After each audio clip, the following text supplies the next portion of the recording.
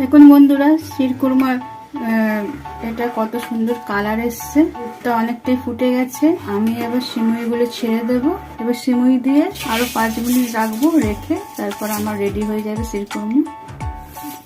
আমি এখানে সিমুই বন্ধুরা 200 গ্রাম নিয়েছি। বন্ধুরা দেখুন, শিরকুরমা রেডি হয়ে গেছে। দেখুন কত সুন্দর কালার এসছে আর ভালোভাবে সব সিদ্ধ হয়েছে।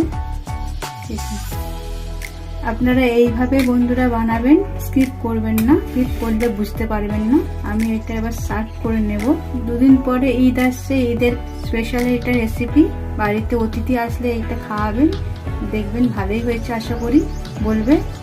আমি তো বানিয়েছি, দেখি খাইয়ে কেমন হয়েছে আমি সার্ভ করে নিচ্ছি। আপনারাও এইভাবে এই প্রসেসিংয়ে স্টেপ বাই স্টেপ বানাবেন।